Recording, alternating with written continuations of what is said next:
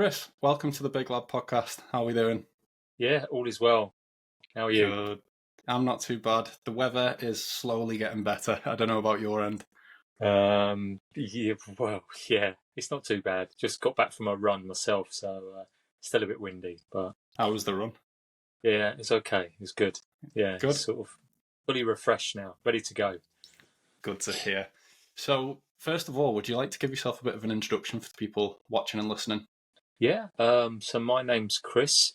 I'm one of the co-founders of On Beer, which is a new revolutionary beer which has just launched in the last few months. And how's that going? Yeah, a lot of hard work, lots to do, big to-do list, but it's all going as expected and as planned. So yeah, very happy. I've actually got some of the bottles that you very kindly sent me. I've been saving them for the podcast to open one on here. So we'll get one cracked open, shall we? Yeah. So first of all, go on. I've got one here myself, so there you go. There's mine. So snap. Cheers. Cheers. Virtual cheers on the podcast.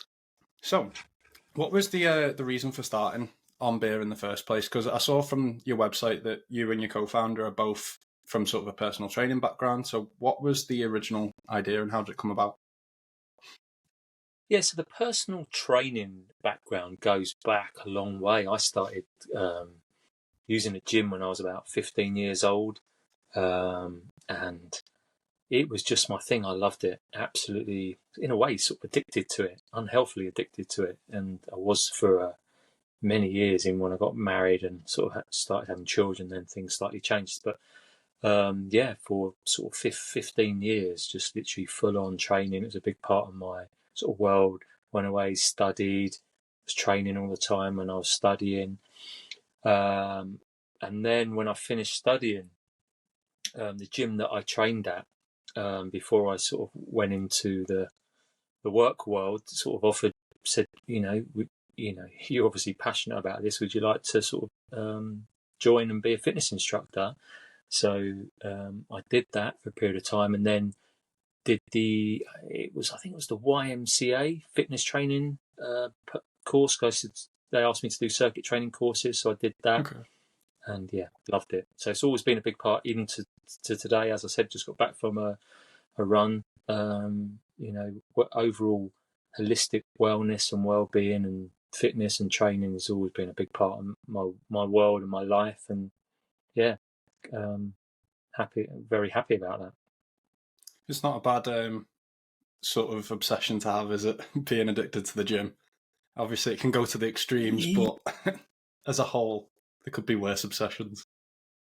Exactly. Yeah, no, it is good. And I suppose there's so many different ways of training and new things that come to the market. And I suppose once you get addicted to it, it's realizing how important rest is for your sort of muscle groups and your body, and sort of swapping your training about. So I sort of tend to do it, resistance training every other day, and then aerobic cardio every other day, so sort of 6 days a week.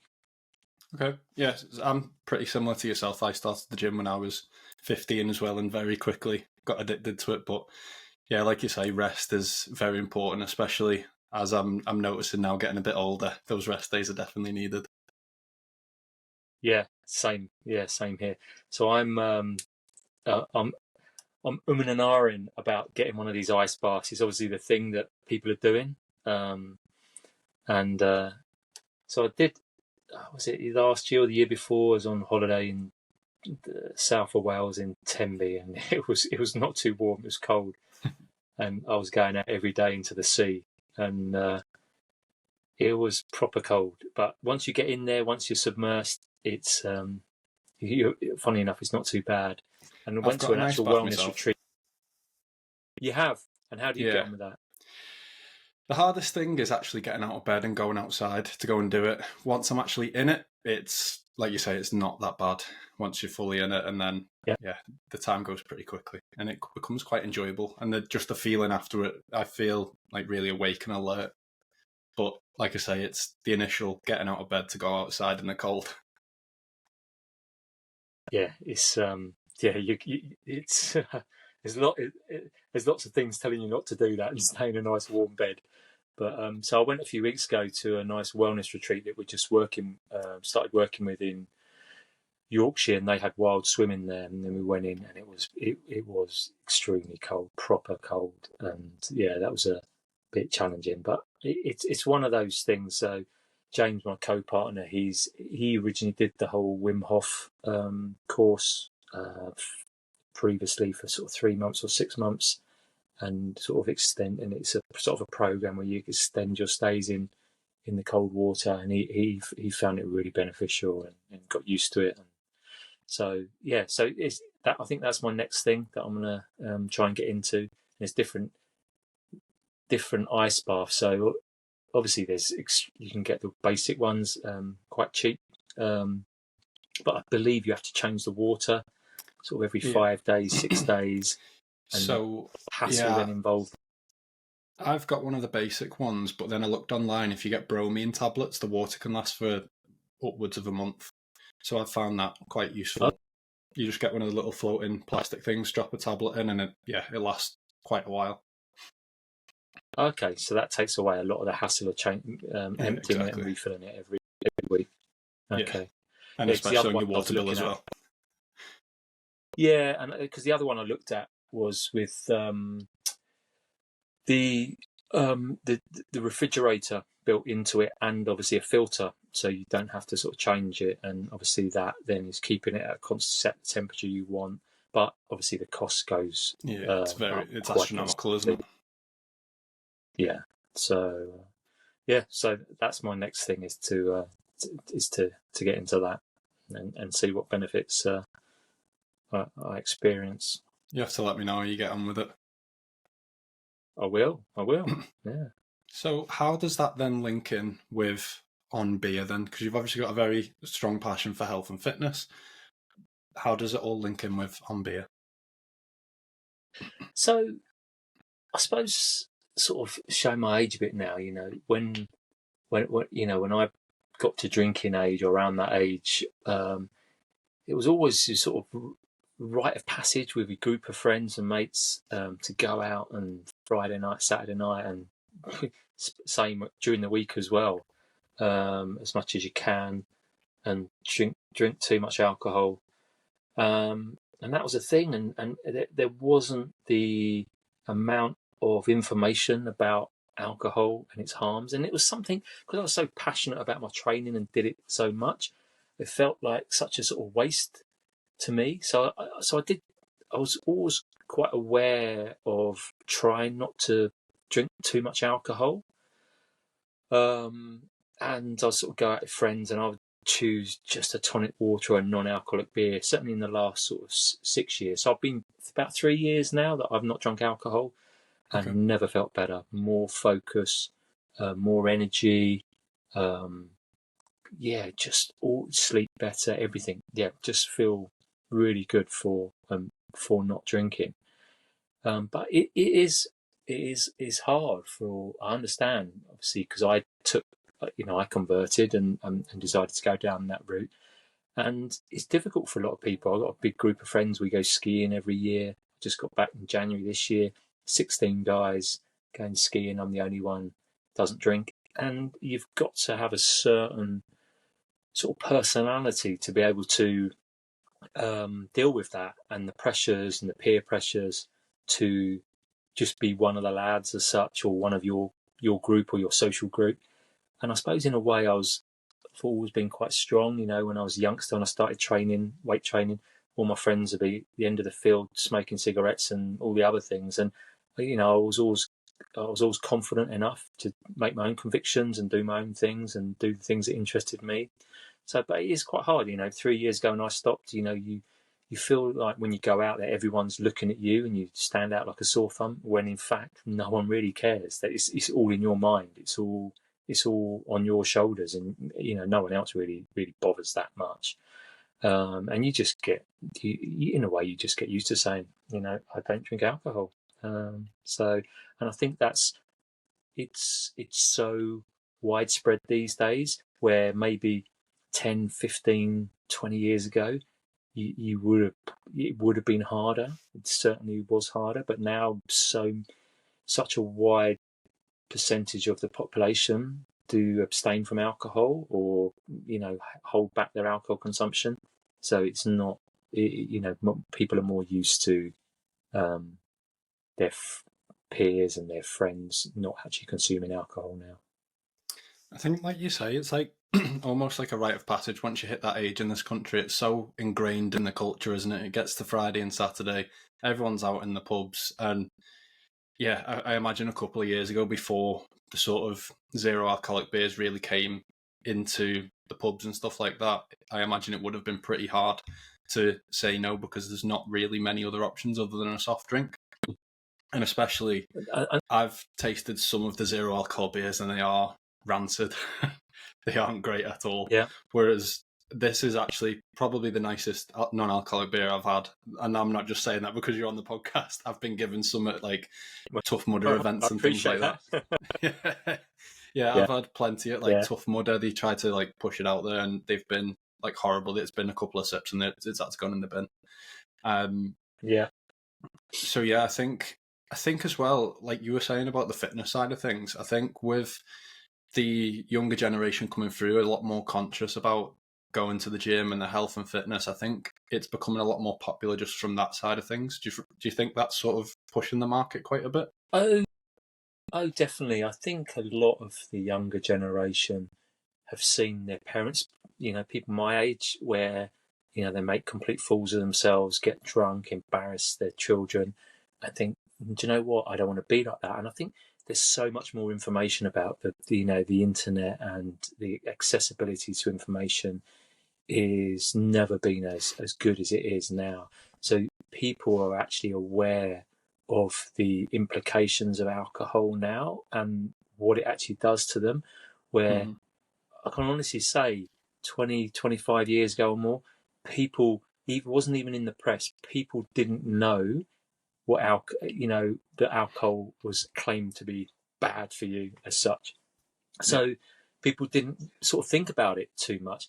But I think the birth of social media has certainly changed how people perceive themselves. And I think of a lot of the younger generation with Instagram and other social media platforms, everyone's their own brand these days. Everyone's got their own Insta channel, their own brand. So they don't want to get caught out. Like, when I was in my younger years and we'd go out and drink far too much alcohol, you'd been sick outside the kebab shop on a Friday night, the kebab stuck on the side of your head. And that was before the days of camera phones. So you weren't snapped like that. And these days, you're your own brand. If you go out and behave like that, it's going to be all over social media. There's going to be snaps of you. So you're consciously protecting your own brand. And I think their fight with that, I think these days, it's actually cool to go to the gym, and athletic wear is never been so big now. So people are in their athletic wear all the time, and it's, look at me, I look great, I train hard, I go to the gym, and it's cool to be seen with a chia seed smoothie. And they'd rather that than being in a Weatherspoons with 15 pints that they've demolished on the table, being showing a positive image of themselves. So I think that has a lot to do with it. And also a lot of the celebrities these days, so many of them are stepping away from alcohol now. And that has a big impact on decisions that certainly a lot of the younger generations are making.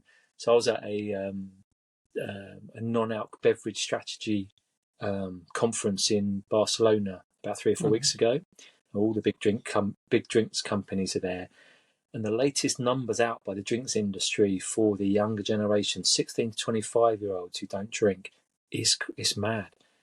In Germany, in that age demographic, it's 49% haven't touched alcohol in the last 12 months. And even in the UK, it's 44% in that age group. And so it's a big thing. It's a really big thing. Movement, yeah.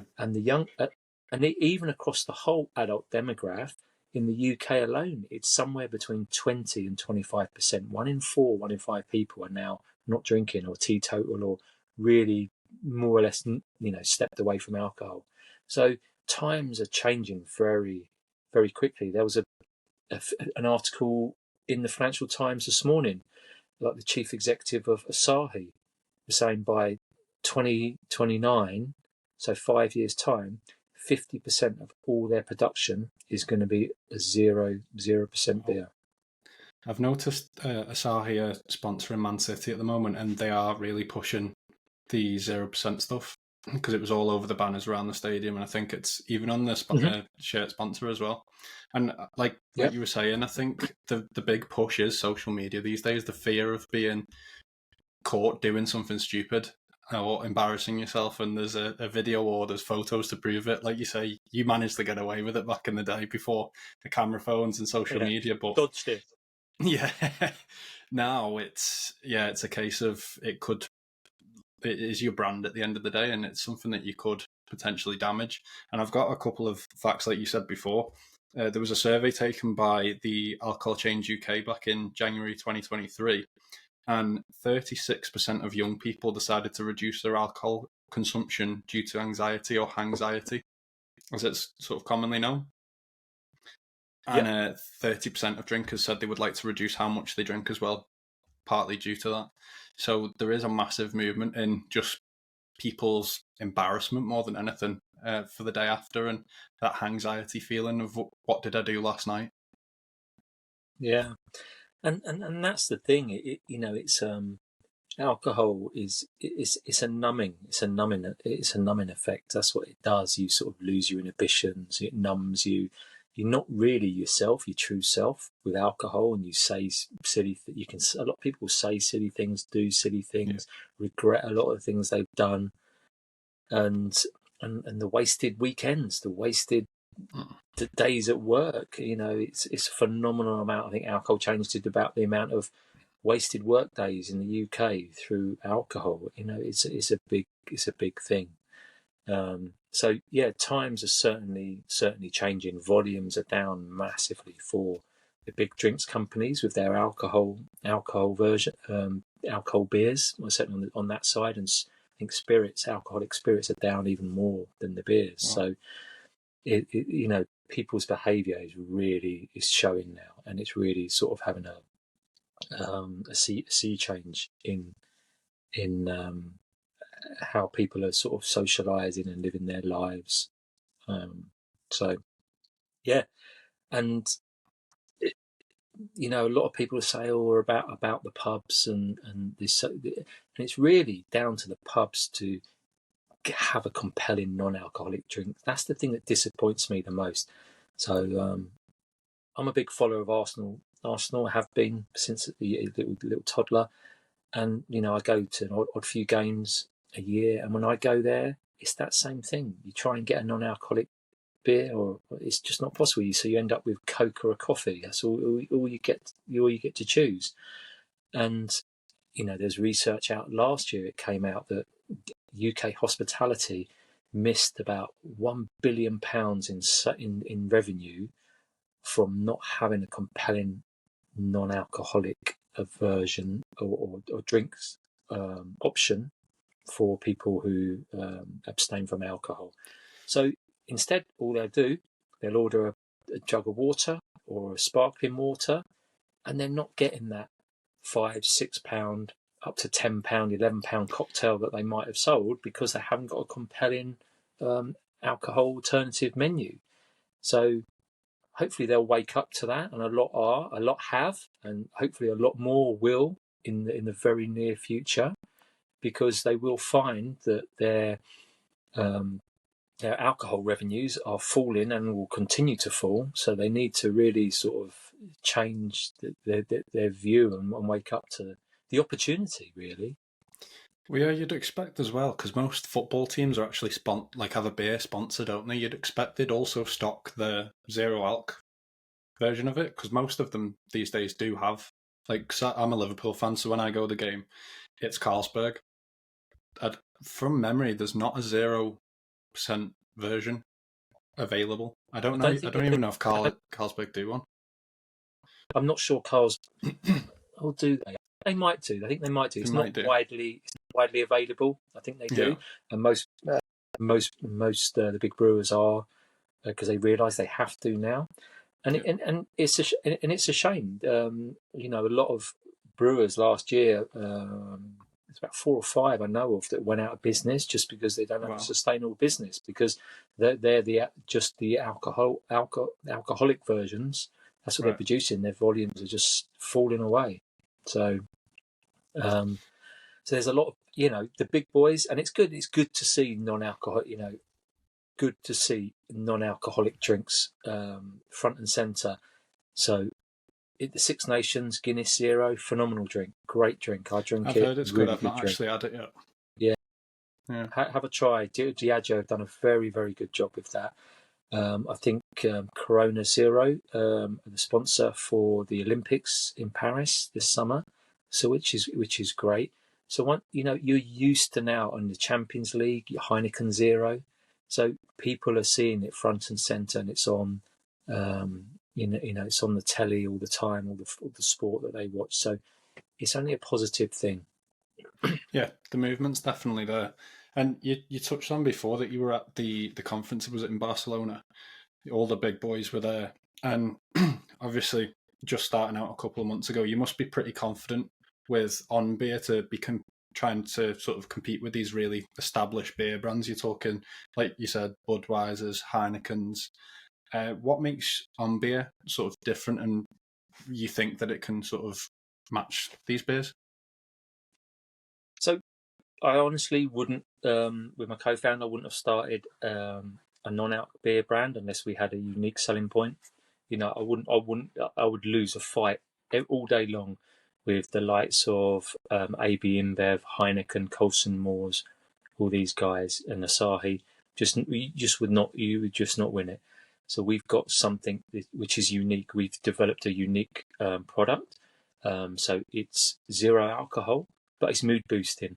So the wide range of 9 powerful botanicals that we add into our beer they all have an uplifting effect, elevating effect. So it's a unique, revolutionary offering that we have. Because most people you'll find actually drink for the effect. That's the thing they're drinking for.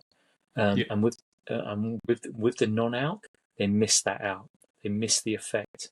So, you know, that's what we're delivering, something unique where it gives you that nice feeling, takes the weight off your shoulders, gives you that nice little buzz without the negative downsides that you get from when you're getting that buzz via alcohol. So tell me about some of the botanicals that are in here and how they work. You don't have to go through all 9, just a couple of them. You've got the wrong one of us. So my co-founder James, he's the drink chef. So we worked on this.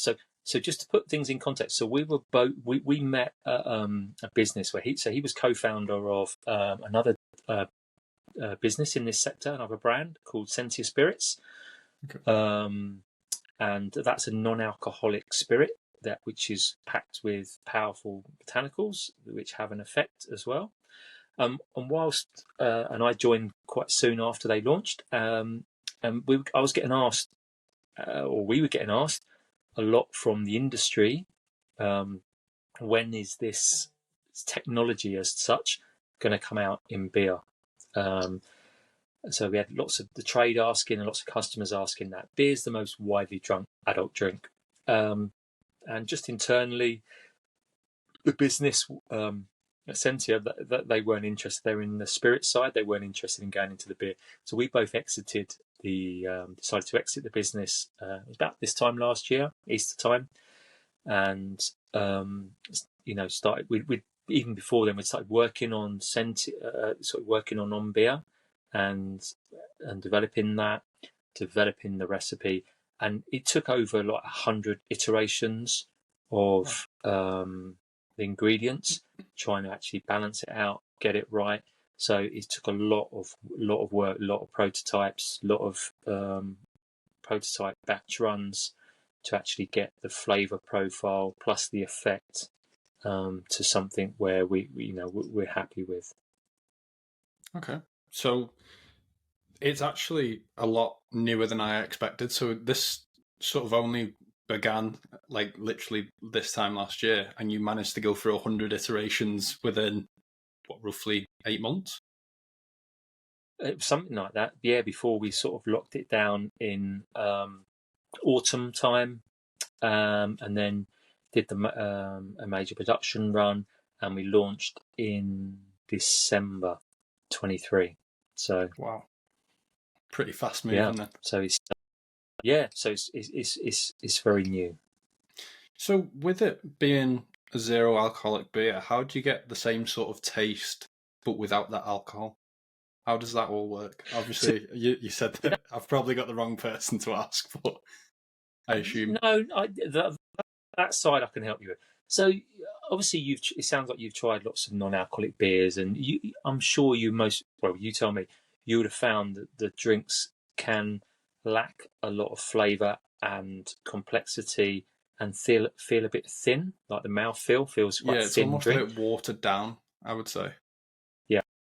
So when you take alcohol out of drinks, what it does, it literally does that. It thins it down and it loses its mouthfeel and flavour and becomes very watery.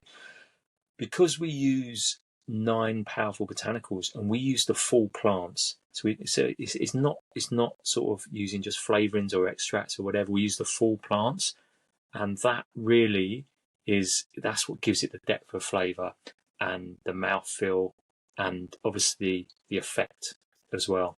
So all of those things combined, makes it feel like a significant full-bodied beer. Mm-hmm. Yeah, and it's an IPA, isn't it? Yeah, a full-bodied IPA. It tastes very That's much correct. like an IPA, and you can taste almost like the botanical sort of taste to it as well, which I don't mind. I quite So like. yeah, and that's it.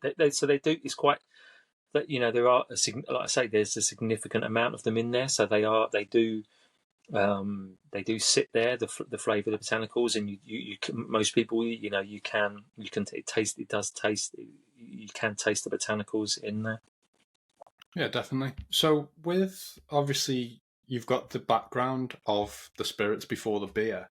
Is there a chance that on beer could also move into the spirit side, or were you purely sticking down the beer route? We'll never say never, but at this stage, it's not in our sort of strategy or business plan to do that. It would more be playing on other varieties of beer. So potentially a stout, potentially more of a lager based, Nice. or a lager. Yeah. So yeah, but not at this stage. I'm not sure that we would go down that route of going into the to the spirits. And the other thing, what one of the things we found is, like say, certainly with the younger generation, they love convenience, and a lot of these spirits are great, and you can mix a whole variety of cocktails with them. But in reality, how many people have all those ingredients, have the time and Yeah. effort to mix up and shake up a cocktail when they can just crack a crown on the top of a bottle and you have a drink and it's there Yeah. and you get the effect. I also find, because I've tried some alcohol-free spirits before, I've been sent some through Instagram, and I found they were essentially like a cordial. If you get what I mean, it's not necessarily like a spirit. It was essentially like putting some sort of flavored juice into a mixer. I didn't really get the same sort of feel that I was going to be drinking an alcoholic drink. Yeah. And it's the same issue for the spirits. So obviously they take out, or they don't allow alcohol to create in the first place. So their liquids become very thin. Yeah. And then with some of the ones in the market, they do tend to stack them with sugar, because then sugar adds mouthfeel and flavour and tastes very nice.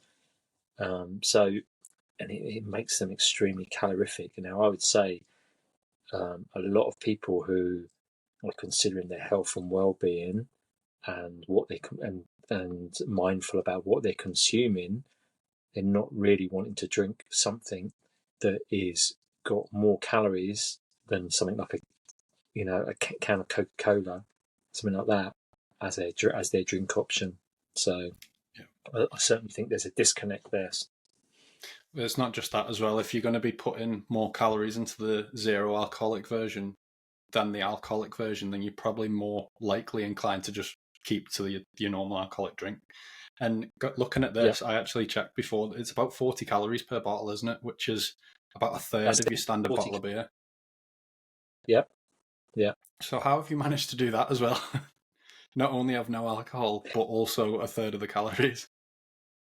Yeah, alcohol is very calorific. So that's the thing. When you have alcohol and things, it's a very calorific thing, and obviously lots of other the dangers that come with alcohol, or what we call ethanol.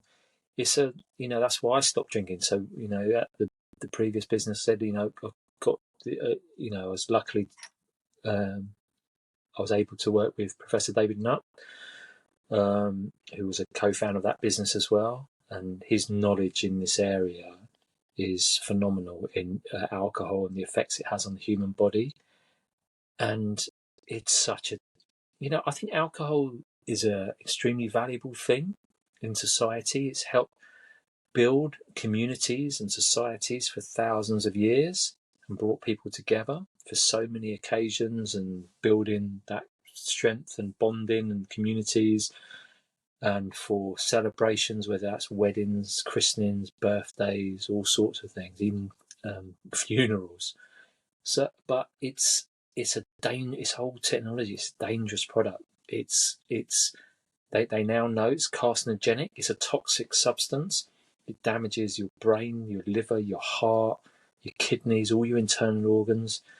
It causes up to about 10 of the leading cancers that are around. It's one of the sort of precursors for breast cancer in women. It's one of the, sort of quite a leading cause of they're thinking of dementia for people, because it creates a formaldehyde around the brain and starts blocking the sort of the neuropaths around your brain. So it's a very, very it's a dangerous product. It's toxic, and the government know this. This is the thing: the government know this. People like Professor Nutt, they've and other specialists in this area have lobbied the government. We lobbied the government on this, and we asked the question: if we were to launch alcohol today as a substance, would it get approved for human consumption? And they said no. And this is the thing, and you say, well, why not? And they say, well, it's so widely accepted in society. And we said, okay, then, well, 500 years ago, opium was widely used in society, but you don't allow opium to still be used in society. So they sit there and scratch their head and go, yeah, and so it makes you think. Now, the tax is a big thing, and that's the thing for me is your government. Our own government, they don't really care too much about you. So they know what this substance, alcohol, does. A moderate drinker. Now the research has shown that a moderate drinker will take about 15 years off their life. Wow. So if you say to the government, and so this has been said then to the government, they know that, and they say, well, yeah, we realise that. So why don't you start a campaign to promote reduction of people consuming alcohol in society, so our society lives for longer? They said, yeah, problem with that is, though, our pension liabilities are going to go up for the government. So that's how much your government cares about you. It's all about money, isn't it, at the end of the day? But yeah, like you were saying about the government side of things and the numbers. So the adult substance misuse treatment statistics of 2022 to 2023, there were just over 290,000 adults in contact with the drug and alcohol services. 30% of all adults treated were alcohol-related problems only, which accounts for around 86,000 people. And then, according to the UK Parliament website, harmful drinking that caused alcohol-related deaths and hospital admissions cost the NHS an estimated £3.5 billion in just England alone. and costed an estimated 21 billion per year to society. So there is obviously a massive issue there, and it's like you say, it is just generating money for the government. Yeah, but it's getting to that. It's a tipping scale. It's getting to that stage now where the taxes generated from alcohol are more or less getting on par with the societal cost of alcohol. They reckon, research has been done. If you took alcohol out of our society, our NHS could be half the size that it is. Wow. And I'm sure you're aware, our NHS is the biggest cost to our government from our GDP. It's the biggest cost. So you imagine if you took alcohol out, half the size of your National Health Service. You think on a Thursday, Friday, Saturday nights, something like 75% of people going into A&E and into hospital is alcohol related. I'm not surprised. And then obviously then there's the long-term treatment of alcohol misuse, and then there's alcohol abuse and degradation that then goes with that. So globally, alcohol kills about 5 million people early in what they should be expected to live. It kills about 5 million people Wow. a year globally. And they reckon then the societal cost around the globe of alcohol is it's about $500 billion. Wow. That's crazy numbers, isn't it? Just for the sake of a couple of drinks a week. Yeah, so and not that many people, like we just said about our own government, there's a few brave governments out there. So it was January 23 that the Canadian government, with their first Western government, to actually recommend to their society that the safe level of alcohol consumption per week was 0. They're the first government to do that. And alcohol consumption in Canada has dropped dramatically. So, they were brave to do that. And I believe from next year, is it next year? I think it's next year or 26. Ireland is going to be the first Western country who are going to put health warnings, a bit like what is currently on cigarette packs, on all alcohol products. Wow, that'll be interesting to see how that sort of plays out then, seeing the figures before and after. Mm-hmm. But yeah, like for me personally, like you said earlier, the feeling after you've been on a night out and then the lack of sort of motivation to do stuff, I'm personally becoming a lot more, I guess, picky in a way of when I do and do not drink. I drink now more for certain occasions, or not just for the sake of it because it's a Friday night like I used to when I was a kid. Like you mentioned earlier as well, it literally it gets to the weekend and it's ingrained in our society that you're down the pub on Friday after work. So yeah, it's something that I'm definitely being a lot more conscious about, of choosing when to drink and when not to. I think it's a tough one. I think obviously there's a balance to it. I think it has a place in society almost. I don't think we'll ever see it completely disappear. Like you say, it's been around for thousands of years. To wipe it off the face of the earth is probably not going to happen. I agree, and I agree with that. And it's for that bonding, for that community, for that sociability. It's a valuable product. It serves a really strong purpose for that. But again, there's a dangerous flip side to it. So I don't think alcohol is going to die. But one of the things that was very interesting, which I learned, and it was some professor from Harvard, I believe. There's this thing called tipping point, and it's when you get adoption in society, and something where there's a disruptor that comes into society. And I was amazed at how low the adoption is to then create that tipping point where the whole of society then starts moving towards it, and that number is about 10%, which I was amazed at. So at the moment, you think the numbers we're talking about of people who don't drink, but the non-alc sector only in this country, I think it's about 2 to 3%. It counts, the non-alcoholic beverages count in the market. In other countries, it's a lot higher. Like I think Holland is sort of 6%.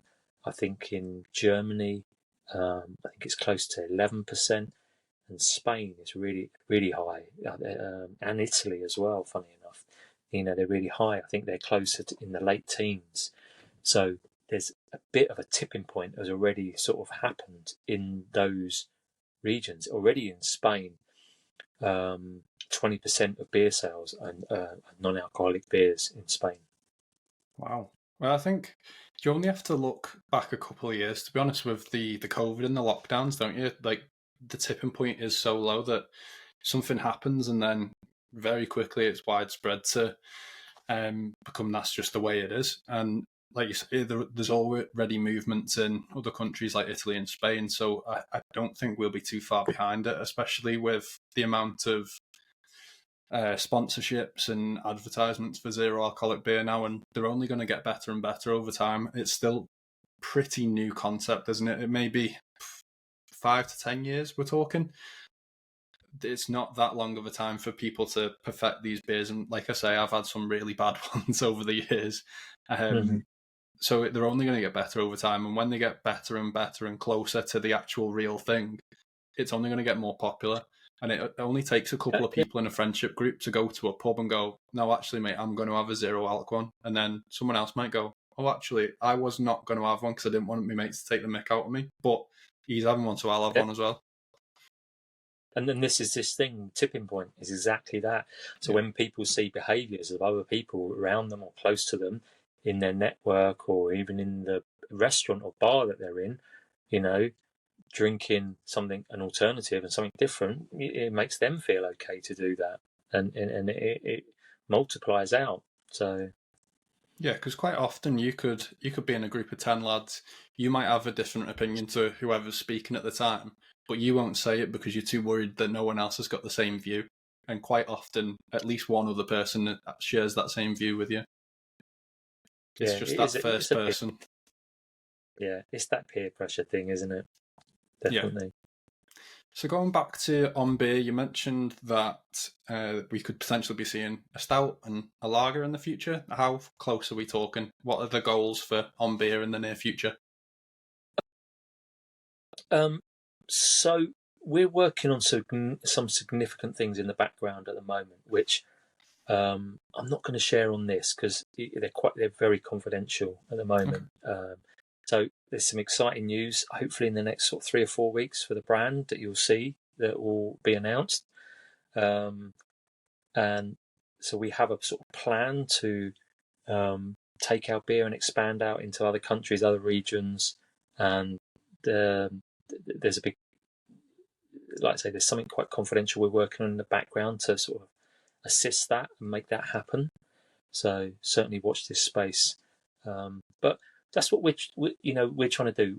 We feel, as you said earlier, alcohol plays an extremely important part in society, but it's a dangerous product.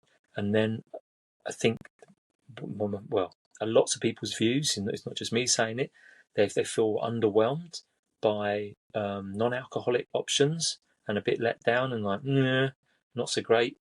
So we're trying to bring something really compelling that has effect. It makes you feel good, and it's actually, we have to be careful what we say. Our beer is sort of good for you in a way. All the ingredients in there, your body loves. There's, it's something that's beneficial for you to consume. So, and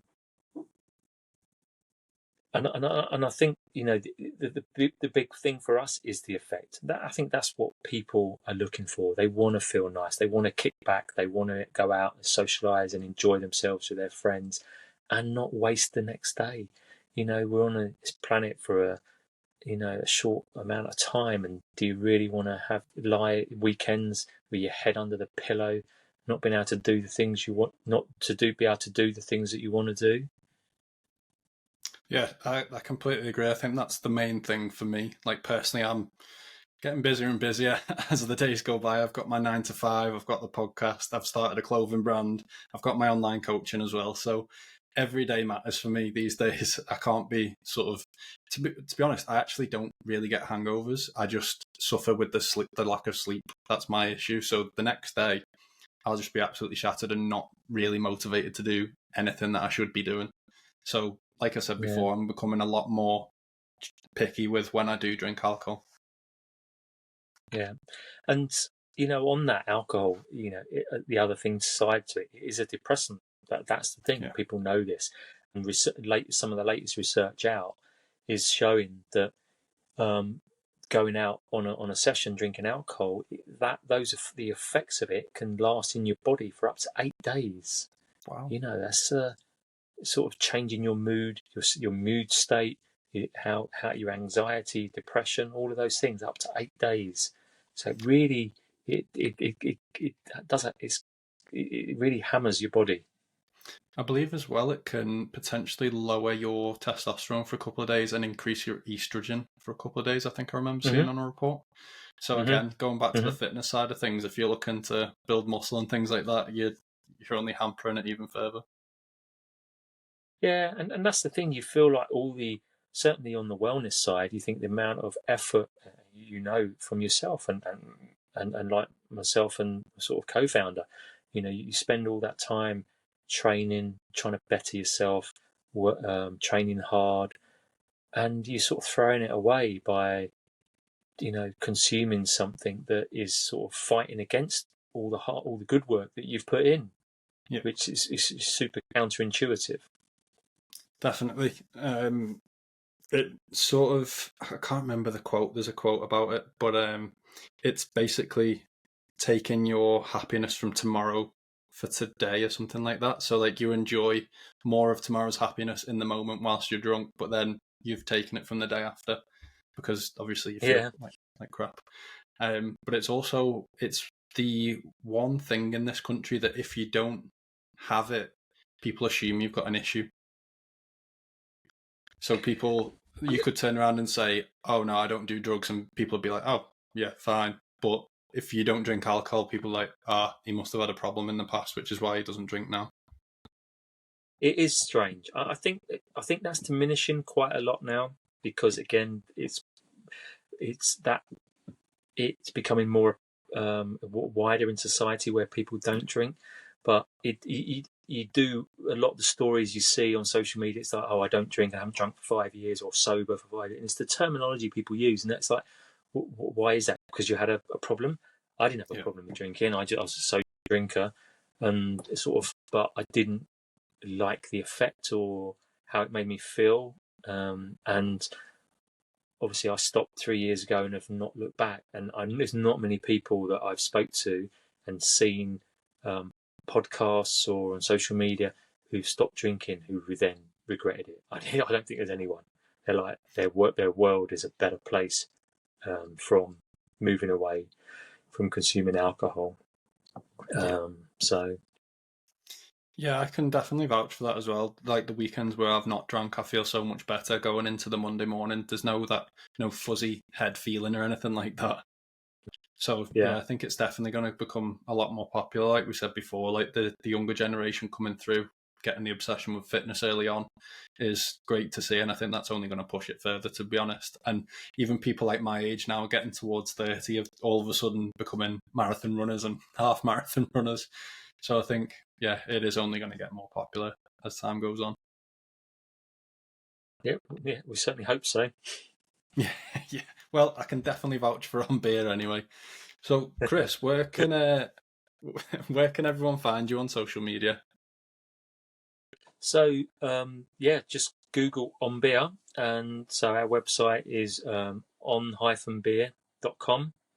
And all the information about our product is on there, and the shop's on there, and we're direct to consumer.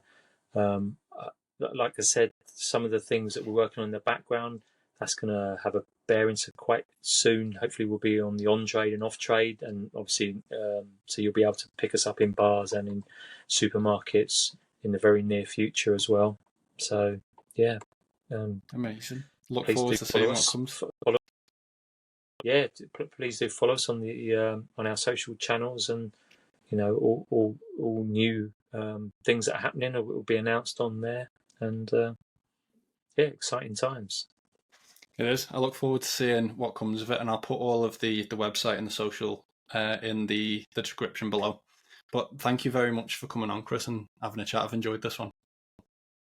Yeah, no, you're most welcome, and I'll connect with you after, and I'll get you a crate sent over as well, so you can enjoy some more on beer. Yes, definitely. Well, thank you to everyone that has listened and watched. If you've enjoyed this one, please drop it a like, and if you're new, subscribe, and I will see you in the next one.